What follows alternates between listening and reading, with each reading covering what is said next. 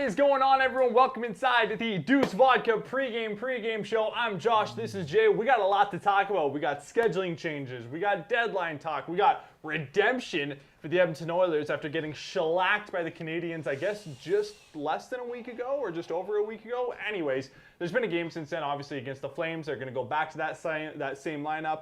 We'll get into all that. But before we get going, we just want to send our thoughts to the Vancouver Canucks. We obviously know there's a ongoing situation with them and the COVID protocols that they're going through right now. We know a large portion of the roster is being affected by that. Not only the team itself, but also the outgoing families related to the Canucks players. So we just want to send our best wishes to the whole organization. Hopefully we can get through this. Speedy recovery. Yeah, and hopefully we can see the Canucks playing hockey again. Yeah, 100%. All right, let's talk about tonight. Jay, this is a big-time redemption game for the Edmonton Oilers. Arguably, we talked about this before, one of the worst performances we've seen out of this Oilers group, and I'm talking like this core group, you know, Draisaitl, Nurse, McDavid.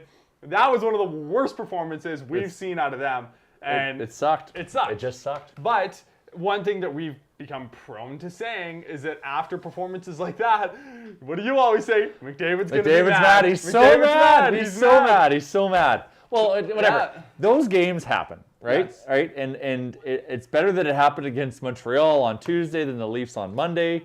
So, you know, let's find the silver lining in that. But these stinkers happen throughout the season once or twice, you know, and that's okay. And we just have to chalk it up to that. But what really matters here is how we bounce back for that. So it's fast forward 1 week later, we're back in Montreal, and we can't be stinking it up like we did last time. So I'm hoping that we are shot out of a cannon. I love to say we're going to be shot out of a cannon. And we also know that Connor's going to be mad. And we know when Connor gets mad, most of the time, he goes off. So I just expect, this is a statement game. It's not a must-win game. You know, we're jockeying now for position in the playoff race. Like, we've got a pretty good place in the standings. So it's not about trying to make the playoffs. So it's not must-win. But it's a statement. Montreal, you got it really easy last Tuesday. Ain't happening tonight. As always, we want you to be a part of the show, so make sure you chime in with your comments, Facebook, Twitter, Twitch. This game tonight, essentially, virtually, the playoff spots in the North Division are locked up. It's going to be Toronto, Edmonton, Winnipeg, and Montreal. It's going to come down to where those teams get ranked, 1 through 4. And potentially, this could be a first-round playoff preview between these two teams. And tonight, Jay, I was reading in Gregor's GDB, is that tonight's game is less so more about winning or losing, but it's really seeing how these two teams are going to match up coming up against a playoff team. 100%. Let's look at some notes between these two teams so far. Habs are 3-1-0 versus the Oilers this season. I'm ripping this off of Tyler Yaremchuk's Instagram story, by the way. His pregame podcast. Don't listen to it now, but listen to it after you're done this show before you get set for tonight. Edmonton has been outshot by Montreal 111-75 and outscored 8-3 at 5-on-5. Neither McDavid or Draisaitl has scored versus Montreal this season, which means oh, wow. Well, now that's wild. That is wild. I did not know that. Hammer, McDavid, over 1.5, probably stretching to 2.5. But sorry for clapping. I realize I wear a mic. That was probably loud. Sorry. But, Jay, the under has hit in 5 straight meetings between these teams as well. So it might potentially not be a big point night. I know we always say Carey Price doesn't play great against the Oilers. Well, in Edmonton. He doesn't like the lights in Edmonton. Yes, the lights. He doesn't like the lights. It's in Montreal tonight. It's in Montreal. Yep. I get mixed up, especially with it being no fans in the building. Yeah. I just always forget. But also on top of that, though, Jay, the Oilers are 5-1-1 in their last 7 games, 6-3-1 in their last 10. And what do you like to say about this team? They're on a heater. They're on a heater. They've been on a heater. Here's the reality. We had a shitty start, and we were all really pissed off. We were 3-6 in the month of January, but since February 1st, we went on an absolute heater, then went and dropped 3 straight to Montreal, and then went back on a heater. This team is hot. So hot. After every loss, I seem to say something along the lines of like, oh, what's going on with this team, blah, blah, blah. But you always say, heater. They're on a heater. They're on a heater. They didn't go off of it ever. You lose games on a heater, too. Hey, you even said that through that Toronto series, they sustained their heater. They're still in a heater. They've been in a heater status since Feb 1. Because what's the record right now? It's 23-14. 23-14. So they've been 20-8 since February 1st. 28-1. That's good. That's heater. Yeah, It's hot. It's hot on these streets. So this heater started for you way back. Man, it's been so Way hot. back. So it's been short weather since February 1st. As mentioned by Jay, the Oilers are 23-14-1 right now, 47 points, 618 point percentage. That puts them second in the North Division, right behind Toronto. And then Montreal, 16-9-9 on the season. Is that right? Yeah, 16-9-9. It seemed confusing for me for them to have so little amount of wins, but it's because they played like 5 games. Well, they've also got so many Bettman points. Oh yeah, They have overtime losses. They have 9 overtime losses. They're a sub 500 team. Let's be honest. Let's call a spade here. They're a sub 500 team. The Montreal Canadiens are 16-18 this season, and they're gonna make the playoffs, which is wild because there's so many Bettman points. That's the North Division, yeah. That's the North Division. 603 point percentage. One thing that I wanted to point out, Jay, is that a lot of the time this season, especially early in the season when it seemed like the Edmonton Oilers were playing so many games, and there were so many teams that weren't playing. So it seemed like the Oilers, they were climbing up in the standings, climbing. But the biggest argument that people were saying is that, but there's so many teams that have games in hand against the Edmonton Oilers. Yeah. Not the case anymore. Not the case anymore. The Oilers, Toronto, and Winnipeg have all played 38 games. So when you look at the season standings right now, you can look at it and say this is even keel with the exception of the Montreal Canadiens, because right now the Oilers and the Jets both have a 618 point percentage. So they're tied, dead even, 2 and 3 in the North Division. So this is going to be a horse race down the stretch. And I have no idea. 1 through 4, I don't know what's going to happen. Well, I think Montreal is going to be 4. I can't see them moving. They got so much work to do. Yeah. So it's really going to be about... It's going to be 1 through 3. Can we catch the Leafs? Can we finish first? Can it happen? So 6 points behind the Leafs right now. I know. Well, how many more games do we have against the Leafs? Not many. I don't know. But really, realistically... I don't even know if we have any, actually. No, 0. 0 against the Leafs, I think. Shoot. So realistically, it's likely going to be Leafs, and then...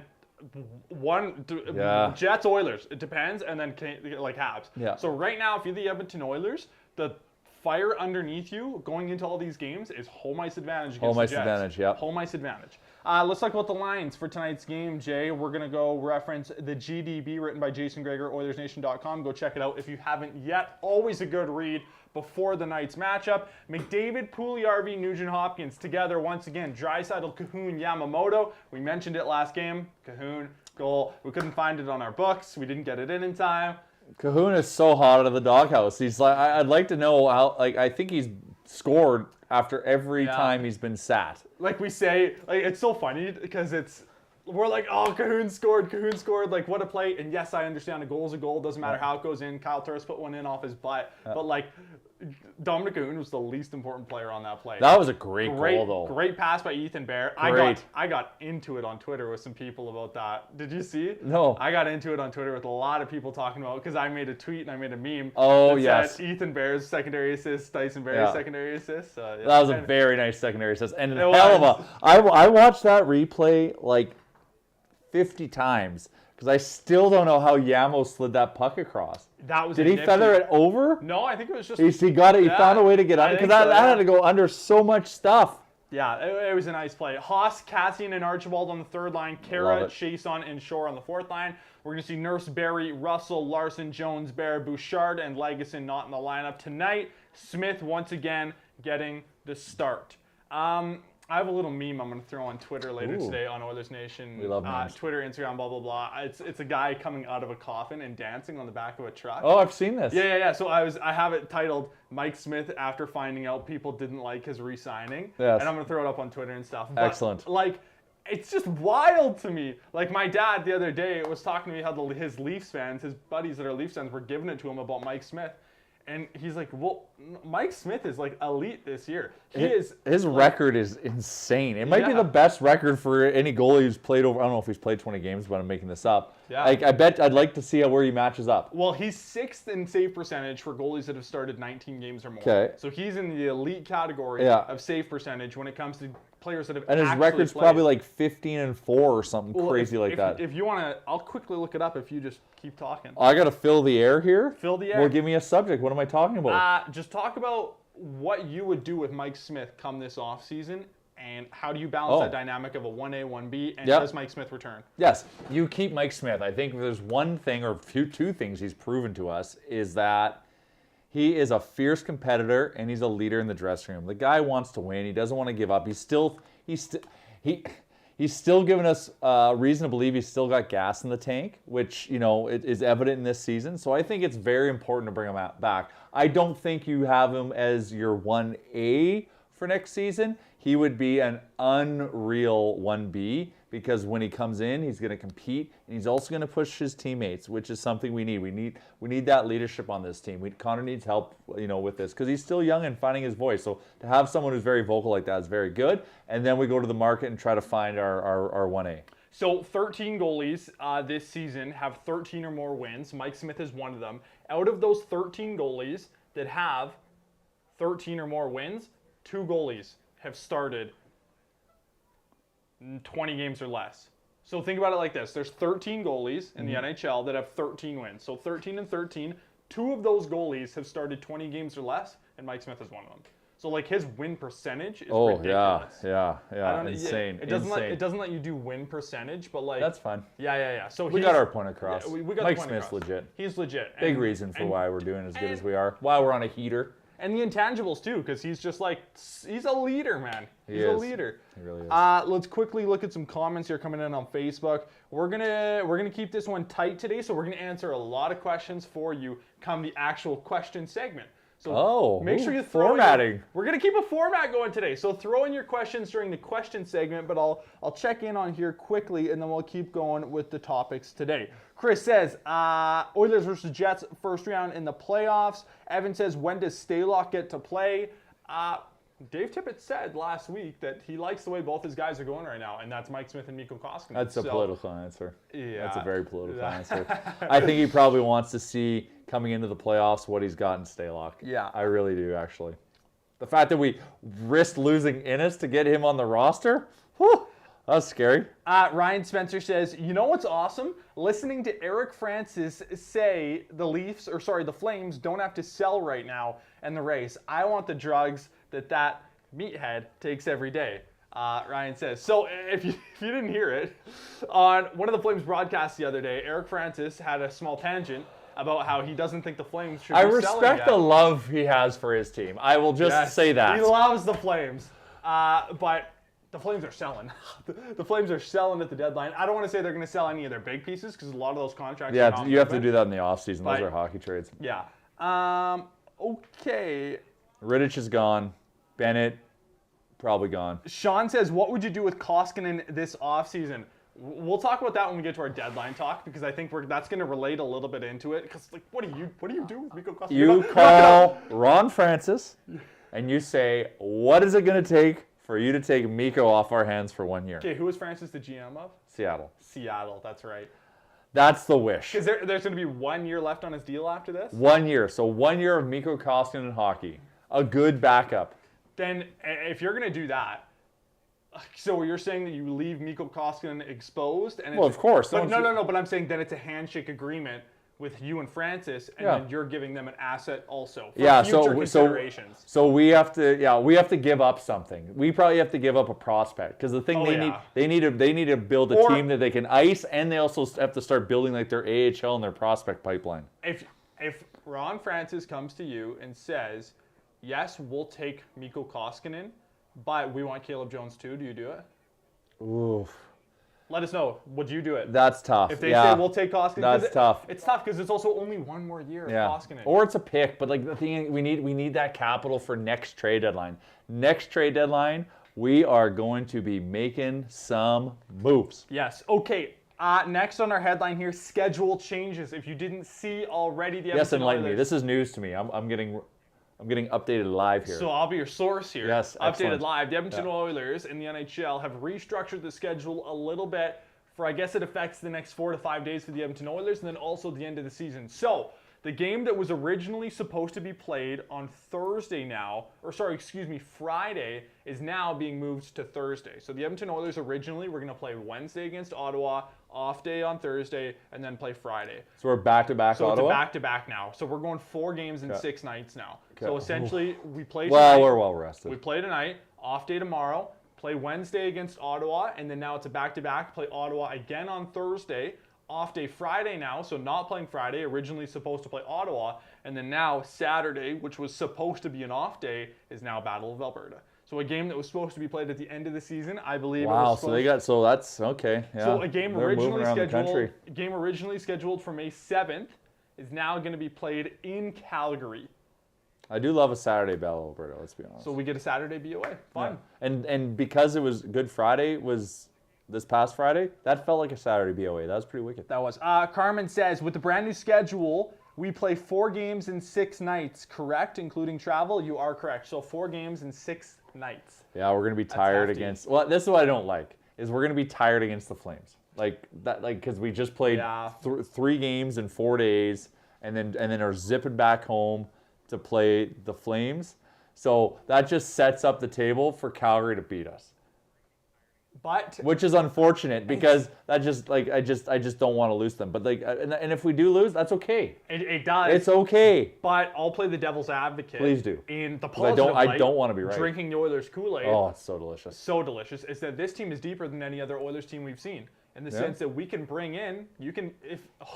I know this is going to be a hot take here, but if Dave Tippett wanted to, he could bring in Evan Bouchard and Willie Legason, and then he could bring in Tyler Ennis. You can bring in James Neal. There's a lot of bodies that can come in. If they're not going to start playing Bouchard, they got to send him down. Then just send him down. I'm not ringing the bell like you have to start him. But just send him down and let's get this kid playing. And Bakersfield is rolling right now. They need to send him down yesterday.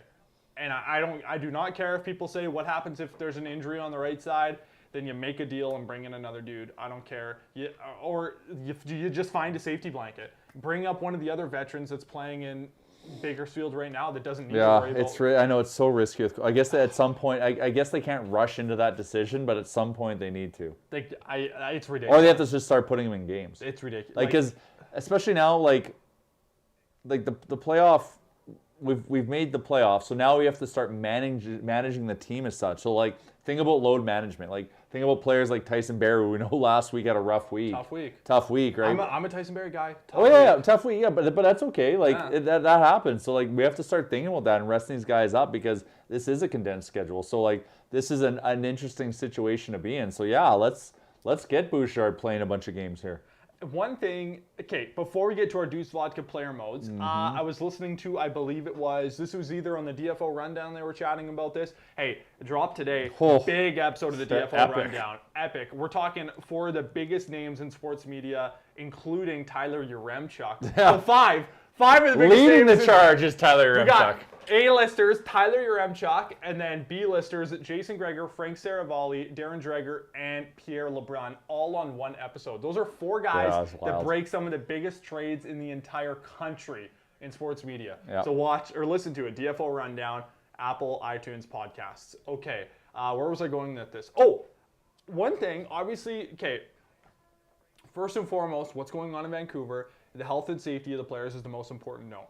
If for some reason, the way it ends up working out is that by the time Vancouver is able to get playing hockey games again, the playoff picture is decided. And by decided, I mean it's not possible for Vancouver or the Flames or any other teams to make the playoffs. I'm talking it's not possible. Vancouver comes back, the NHL goes to Edmonton and says, okay, we need you to play 4 makeup games in a row against Vancouver. How do the Oilers say yes to that? 4 in a row? Yes. I believe they have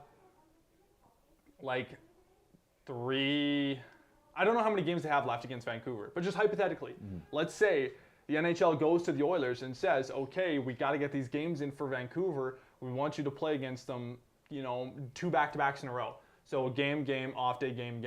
If you're the Oilers, you're not playing Connor McDavid, you're not playing Leon Draisaitl, you're not playing Darnell Nurse, you're not playing Tyson Barrie, and what do you do? Yeah. You lean on your depth. You probably still play him, but you're probably only playing him 15 minutes. You're risking it. These are games that don't. I guess it all depends because do these points allow us to get home ice against Winnipeg, or No, allow us to? no, like Well, nothing. they could. Like it's set. Like, but just hypothetically though, Well, it's 100% set. Yeah, well, like, that's not going to happen. But this is going to be an issue. It's so tight. That's not going to happen. I know, but those points will matter. I know, but depending on how the rest of this season goes, and depending on the structure of the rescheduling by the NHL, like this could potentially happen. And for that reason, I know there's been some banter on social media as well about how once it gets to a point where some of these teams are eliminated, what's the risk in just stopping their seasons? You know what I mean? Like if the Flames and Canucks each have 6 games left in the season, but it has no impact on the outcome of the season or the schedule,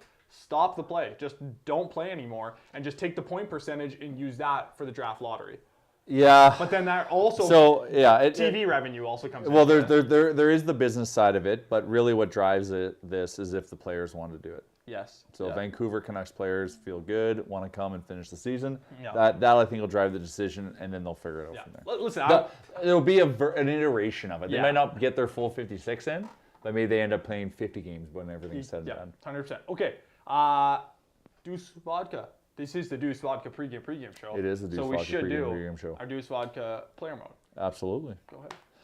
Well, you hit me with a pretty shocking stat, and that is the McDavid Draisaitl stat against Montreal. Versus Montreal. Hey, if that's incorrect, don't quote me. Quote Tyler Yaremchuk. No, I believe it, but that's shocking. So I say Connor's mad. Connor is not just mad; he is determined. So Connor McDavid's he's going into red. What is that X-Men character when he takes his glasses off and just shoots lasers out of his eyes? Deadpool. That is not Deadpool. I want to say it's Cyclops. I could be wrong. No, anyways, he's that guy. He's laser eye. He is coming in hot, and he is scoring tonight. He is scoring tonight against the Canadiens because that guy's mad, and Leon too for good measure. So I want Connor McDavid. So my DEUCE Vodka player mode is Connor McDavid. I want him to go into that guy in X-Men who's got the laser eyes and he takes them off and he destroys and melts everything. He's going to go to Montreal. He's going to do that on the ice, and we're going to win the game. It's going to be great. Yes. Mode. I don't know anything about comics or anything or superheroes. Wait, this is on. You never seen an X-Men movie? No, I have. Yeah. Okay. Oh, you said X-Men. I thought you said Marvel. No. Wait, is Deadpool Marvel? Yeah. Anyways, someone in the comment section. Someone let us know who the guy is with the goggles and the thing. I don't know. I want to say it's Cyclops, but I don't. Anyways, doesn't matter. For my DEUCE Vodka player mode, I am going to pick Jesse Puljujarvi, and I want him to enter just I don't know. He's due. He's just due. He's due. I don't even know what to call it because he's due. He's due. I don't want to say he's on the schneid right now, but he's definitely not producing. Well, it's not that he's not effective. He's just not getting points right now. And so and there'll be some gambling discussion around that. Nils says, "Isn't that Gandalf?" and then bugger. And then Braden Mogg says, "It's Cyclops." Ah, okay, I was right. Cyclops, the guy with the eyes. Yeah. Wrong answers only. I love it. Richard says, "Let's see Darnell go full Larry Robinson mode." Oh yeah. Who's Larry Robinson? Whoa. He's way before your time. He was even old for me. Way old for me. Former Montreal Canadian defensive Hall, I think a Hall of Famer. Okay. Legend. Was mean and fierce. Nils says Yamamoto. He saw The Drill. Just love him.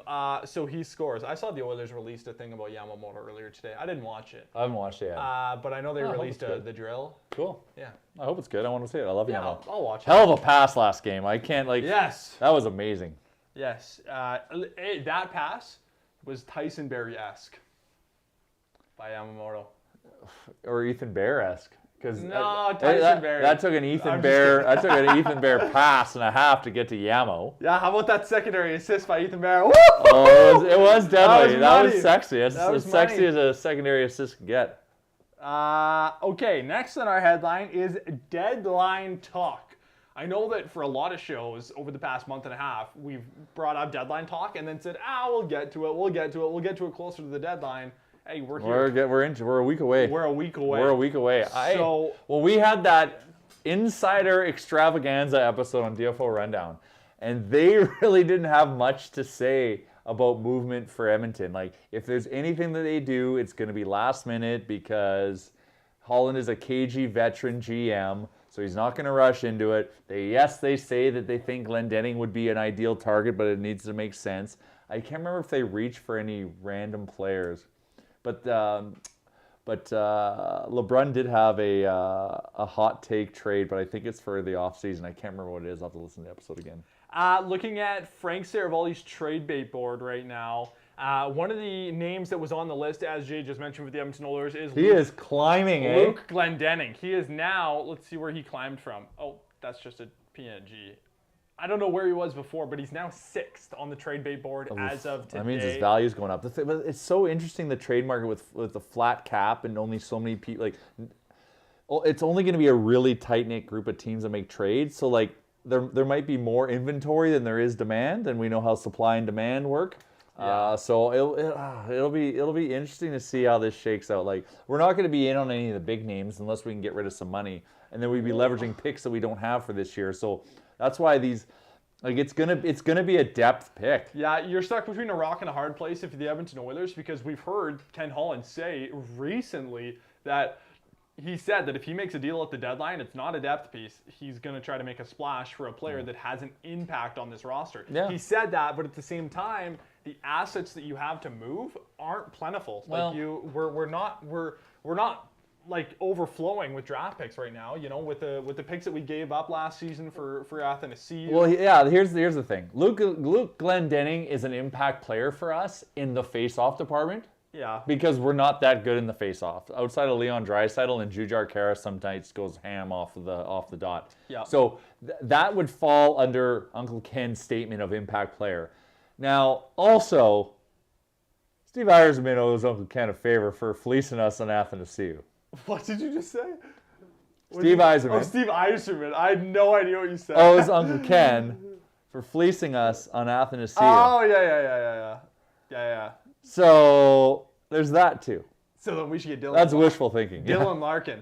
Yeah. Bobby Ryan. Oh, Bobby Ryan would be money. He could be. I read this article earlier today from Zach Lang. It's over at Oilersnation.com. I want to reference it quickly. He asked people to send him trade proposals with the Edmonton Oilers leading up to the deadline. Let's go over a few of them. Jay. Here's one sent in to Zach from Oil Night Prospect Network. To Edmonton, Victor Arvidsson, and to Nashville, Zach Kassian and Caleb Jones. Let's make this easy. Would you do it? I wouldn't do it with that package. Would I want Victor Arvidsson on our team? Yeah, sure. He's a fierce competitor who can play in your top 6. I don't know if his foot speed has taken a step back or not, but he was an effective player. But giving up, like, you're taking away Kassian from when he actually should be his best version of himself, and that's the playoffs. So I don't think that's the guy you include in the package. I know it needs to be money in, money out. So take that for what it's worth. Send us in some trade proposals as well if you have any, or any questions about, what we think the Oilers are going to do at the deadline. We'll go over a few more here. This one's sent in from Koski Daddy on Twitter. Sending away, the Oilers are sending a first-round pick, Sam Rukov, and Chason for Matthias Ekholm. Would you do it? Yes or no? I wouldn't. I think that... Well... I would say that's a B-level prospect, and obviously a first-round pick and the value it carries. Yes, Ekholm's a great player. Ekholm's fantastic. I just don't think the Preds will do it. Yeah. They're in a playoff spot. I don't think that trade exists anymore. Ekholm isn't going anywhere. There was one on here that I was like, oh, this is the one. Someone sent this in. Kassian, Cahoon, and a second-round pick, and Marody for Raquel. No chance Anaheim does that. That is so much we're throwing at them. Yeah, but it's Kassian has no value to them. Cahoon has no value to them. So essentially, it's a second-round pick and Marody for Raquel. So no. Yeah. Anaheim ain't doing it. No. Okay, what was our last topic here? Q&A. Send us in a few questions here, and we will get to them before we wrap up the show with our money talk. Nicholas says he wants to bring Gagne back. That would be nice. That would just be nice. We would always like it. Yeah, that'd be nice. James Lee says, I love the guy. Uh-oh, this is going to trigger Jay. So, Nuge? I love the guy, but Nuge has not been splashy this year. Jay, thoughts? Oh, well, you can't argue with like his production isn't the same as it was last year. He's not producing the same clip, but he's still producing. This is also leverage for his extension. Yeah.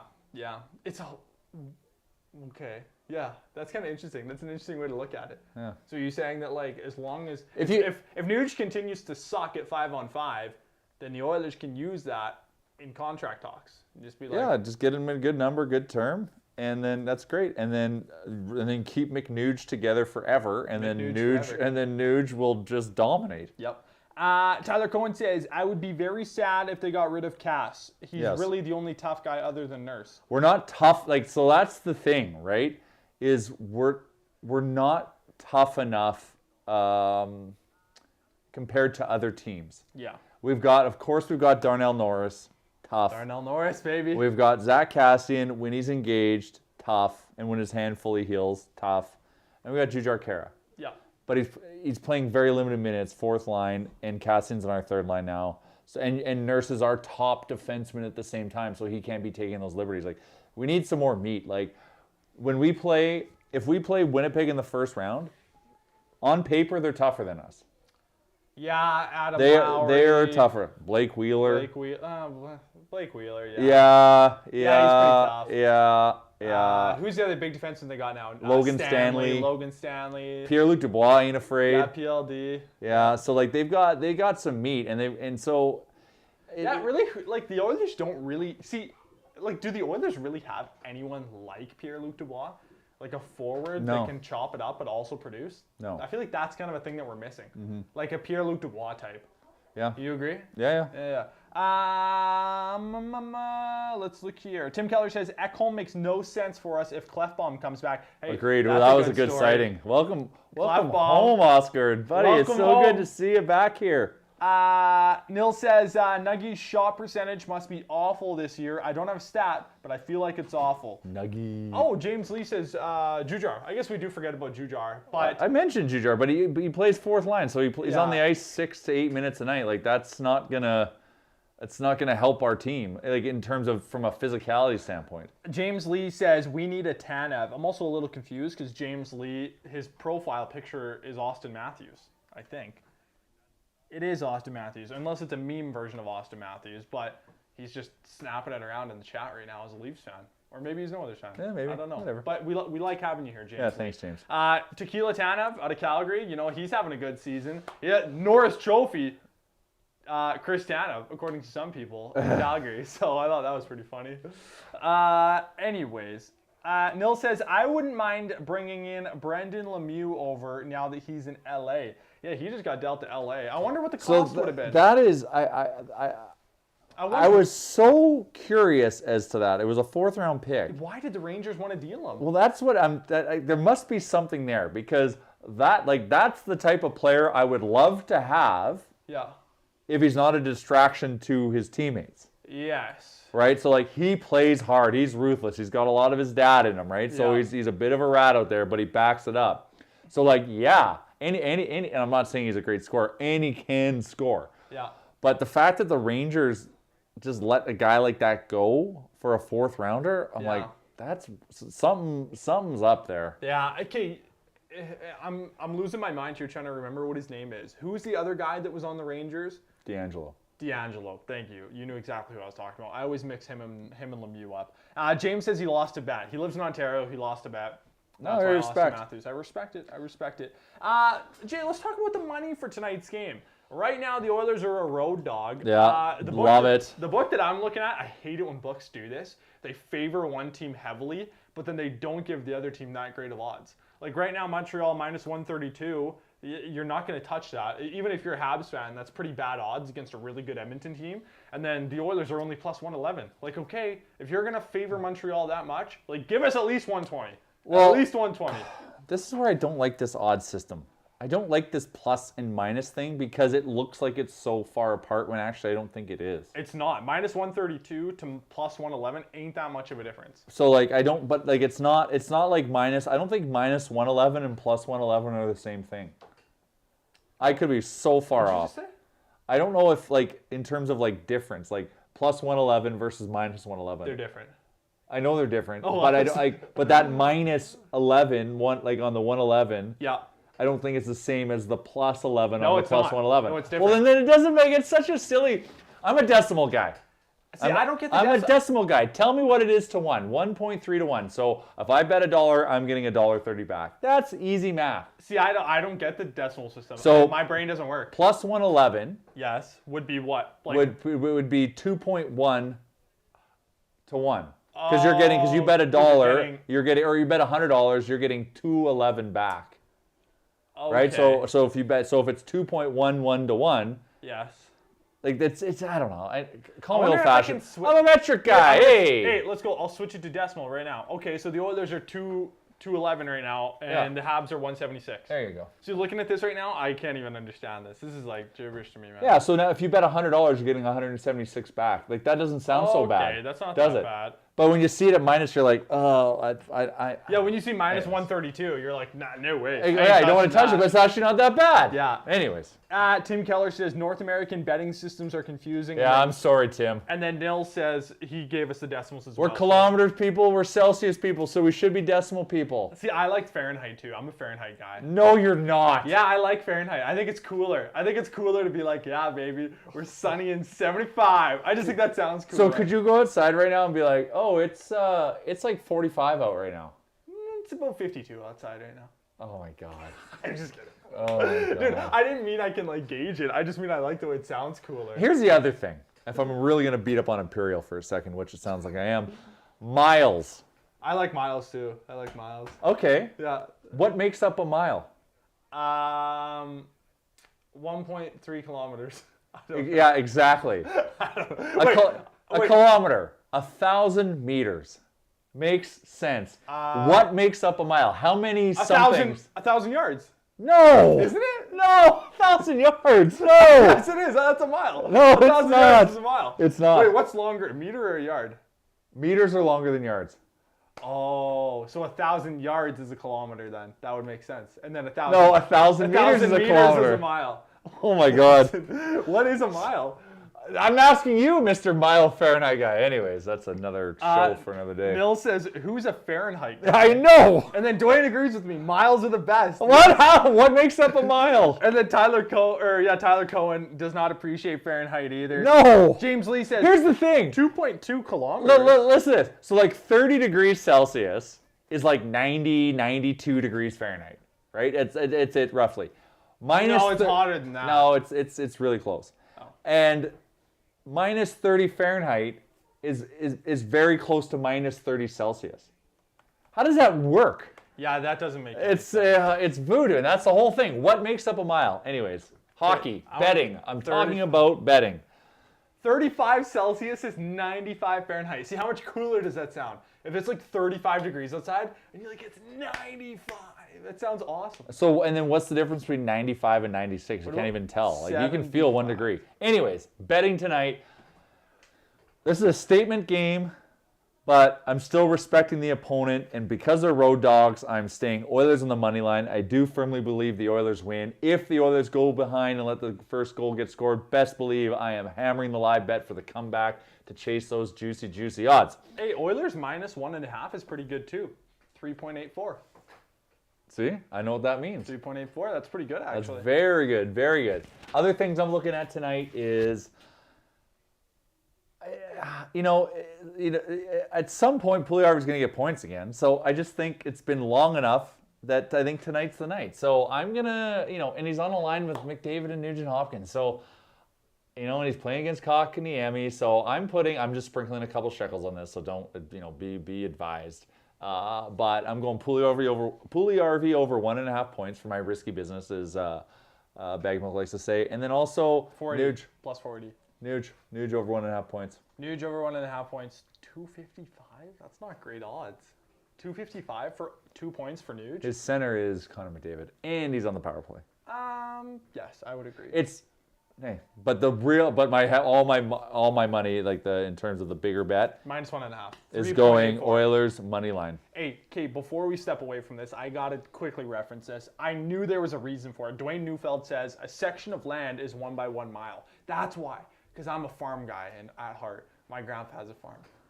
1 by 1 mile, 1 mile by 1 mile. Yeah, I know, but that's because we're taking in that system. But like, what makes up the mile?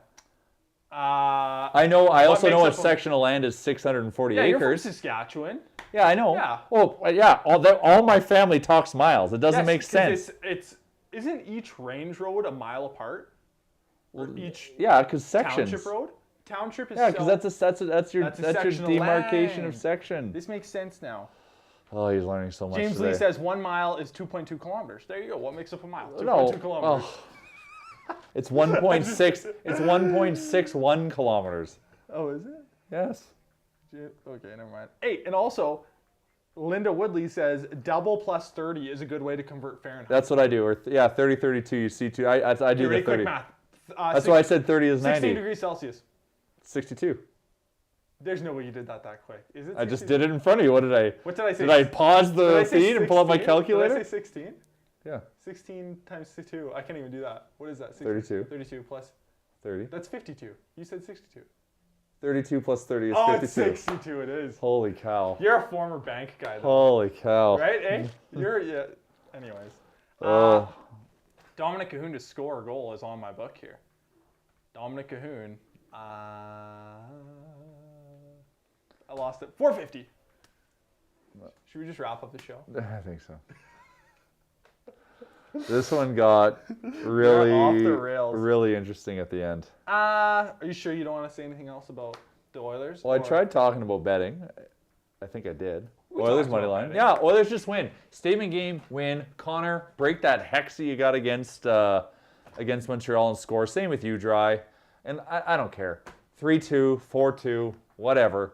Statement game. Show Montreal that they aren't better than us. Because that psychology coming into the playoffs, if we play them, that plays a part there. So let's get it back. Let's take the hand back. Last 5 matchups between these two teams hit the under. What are you taking tonight? Over, under? I know you're not a big totals guy, but if you were to, what are you taking? Yeah, I could see it being under because this is going to be a function of us shutting them down. So even if we go off, so this is like a 3-1, 4-1, 4-2, maybe even 3-2 game. If you are interested in really taking the risk and running the under 5.5, under 5.5 at the book I'm looking at right now, plus 131 or 2.31, as they would say. It's pretty good for me to learn that quick. Yeah, shocking actually. That is offensive. Anything else you want to say before we wrap up? Fahrenheit is a poor unit of measure. This is the DEUCE VODKA pregame show. We appreciate you being a part of it. As always, don't forget some scheduling changes for the Edmonton Oilers. We will be back Wednesday. And as well, you get a back-to-back for the pregame show. On top of that, we'll be back Thursday as well, as long as you don't have a phone call or anything, because I know you like to book your days a couple days. I like to multitask. Yeah, well, yeah, now my whole week's been Are you available Thursday for the make it pregame show? I'll figure it out. We'll make it work. We'll see you Wednesday. Enjoy tonight's game. Bet responsibly. Go Oilers. A big opportunity to make a statement